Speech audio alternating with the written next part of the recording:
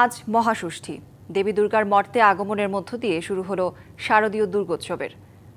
রাজধানীসহ সারা দেশের মন্দির মণ্ডপে চলছে দেবী দুর্গাকে অধিষ্ঠিত করার আয়োজন। কৈলাসের স্বামীর গৃহ থেকে মর্তে বাপের বাড়িতে দেবী এসেছেন গজ বা হাতিতে চড়ে। 5 দিন থেকে দশমীতে তিনি ফিরে যাবেন দোলায় চেপে। ষষ্ঠী সকালে কল্পারম্ভ দিয়ে শুরু হয় বিশেষ পুজো।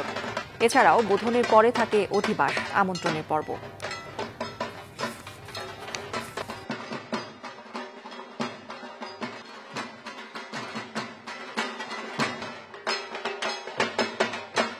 মা দুর্গার কাছে প্রতি বছরই আমাদের প্রার্থনা থাকে যেন আমাদের পরিবারের সবাই সুস্থ থাকে, ভালো থাকে, পরিবারের সবাই, তারপরে দেশের সাম্প্রদায়িক যেটা সম্প্রীতি সেটা যেন বজায় থাকে। পুজো তো আসবেই, বছর বছরই আসবে, মাও আসবেন এবং আমাদের এই মাকে তো আমরা নিজের মার মতো মনে করি, তো ওই মাকে পাওয়ার আনন্দটাকেই আমরা মেনে নিয়ে চলে আসি, দুঃখটাকে মুছে দিয়ে।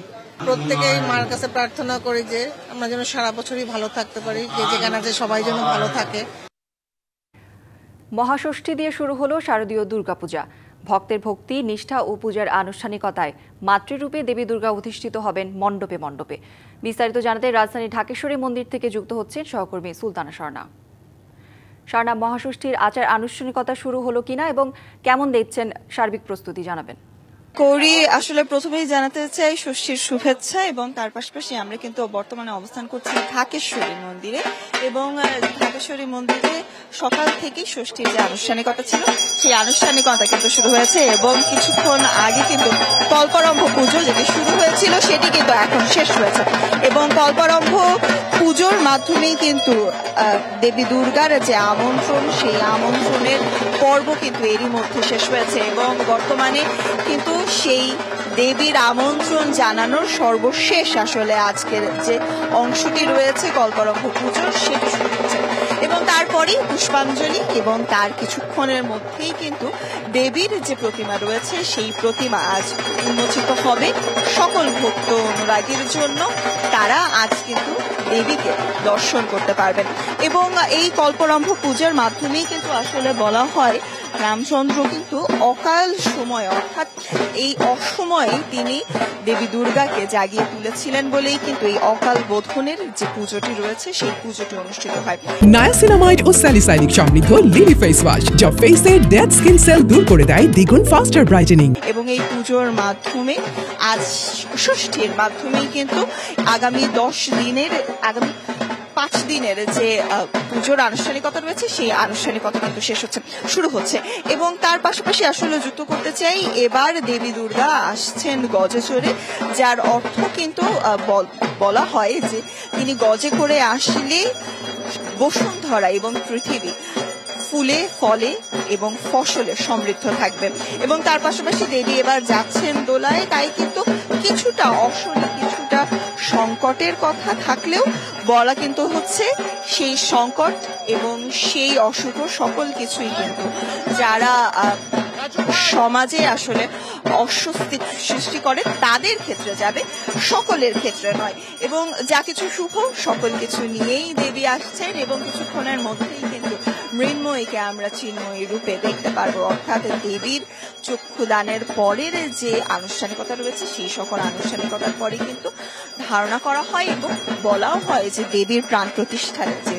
আনুষ্ঠানিকতা রয়েছে সেই আনুষ্ঠানিকতা শেষ হয়ে যাবে এবং তার মাধ্যমেই দেবী সকল কিছু কিন্তু অর্থাৎ এই পৃথিবী এবং এই ধরার সকল কিছু, সকল ভক্তর আশা এবং সকল ভক্তর ইচ্ছে পূরণ করতে কিন্তু তিনি হাজির হচ্ছেন এবং এই আপনারা হয়তোবা দেখতে পাচ্ছেন পুরোহিতের নাচ এবং তার পাশাপাশি ঢাক এবং ঢোল সকল কিছুর মাধ্যমে কিন্তু বিশেষ আরতির মাধ্যমেই কিন্তু এবার এই ষষ্ঠীর যে আনুষ্ঠানিকতা অবশেষে শুরু হচ্ছে এবং আমরা আসলে দেখাতে চাচ্ছি সকাল থেকেই কিন্তু আমরা লক্ষ্য করেছি ষষ্ঠী কেন্দ্রিক আমরা ঢাকেশ্বরী মন্দির সহ সকল মন্দিরেই কিন্তু ভক্ত অনুরাগীরা আসছেন এবং যেহেতু এখন পুষ্পাঞ্জলির যে আনুষ্ঠানিকতা রয়েছে সেই আনুষ্ঠানিকতা শুরু হবে, তাই কিন্তু বলাই যায় সকলে অপেক্ষা করছেন এবং শেষ মুহূর্তের কথা আসলে যদি বলি ঘট স্থাপন করা হয়েছে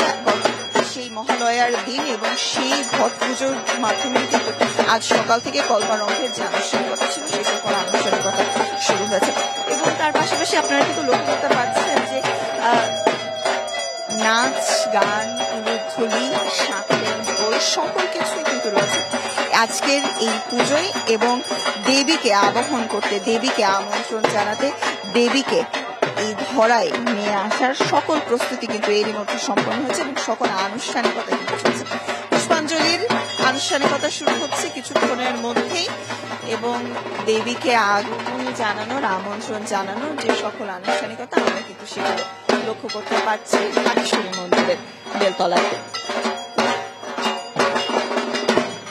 এবং তার পাশাপাশি আসলে যুক্ত করতে চাই দেবীর আরাধনা আজ থেকে যা শুরু হলো আগামী কয়েকদিন এরকমই উৎসব মুখর পরিস্থিতিতেই কিন্তু দেবীর আরাধনা চলবে এবং আমরা আছি করি যুক্ত আছি প্রতি ঘন্টায়। স্বর্ণা, ধন্যবাদ আপনাকে।